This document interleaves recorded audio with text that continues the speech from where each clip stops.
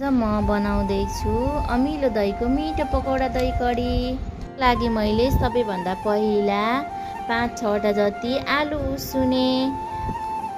मसलाको लागि मैले लसुन मसिनो गरेर पिने अनि मसिनो गरेर काटेको प्याज, हरियो खुर्सानी, लसुन, तोरी, लिम्बु, ज्वानो, मेथी रेडी गरेपछि घरै तयार गरेको दहीलाई लिए त्यसमा थोरै बेसन एड गरेर अब यसलाई जति सक्दो राम्रोसँग फिट्ने। हजुरहरूले दहीको सट्टा मही पनि प्रयोग गर्न सक्नुहुन्छ। खानाको लागि 2 गिलास जति चामल राखेँ, त्यसमा थोरै पानी एड गरेर ग्यासमा डोसे। अब पकौडाको लागि सामान रेडी गर्दैछु। पकौडाको लागि चाहिने भनेको आलु, प्याज, नुन, बेसार, हरियो खुर्सानी मलेर रेडी बनाएँ। अहिले पकौडा बनाउनको लागि कराई डोसे, त्यसमा चाहिने जति आफूले तेल राख्न सक्नुहुन्छ। मैले चाहिँ अब पित लाग्छ भनेर तेल चाहिँ अलिक धेरै नै राख्छु।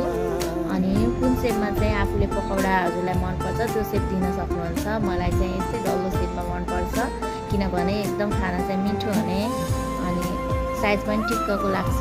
र मैले यो चाहिँ गरम गर्नको लागि राखेँ। अब मेरो पकौडा रेडी भइसकेको छ।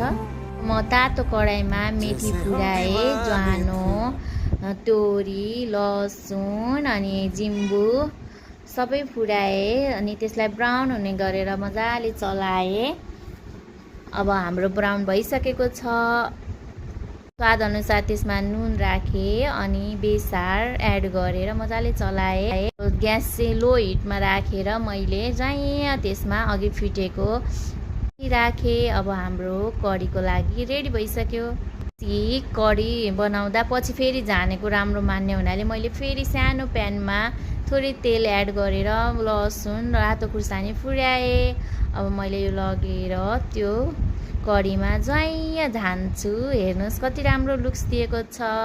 मजाले चलाउने अनि त्यसमा भएको पकौडाहरू राखेँ मैले। अब हामीले खानाको लागि रेडी भइसक्यो। यो दही कढी कस्तो बन्यो। मेरो बेबी र बाबाले चाहिँ एकदमै मिठो मानेर खाइदिनु भयो। मलाई चाहिँ धेरै खुसी लाग्यो।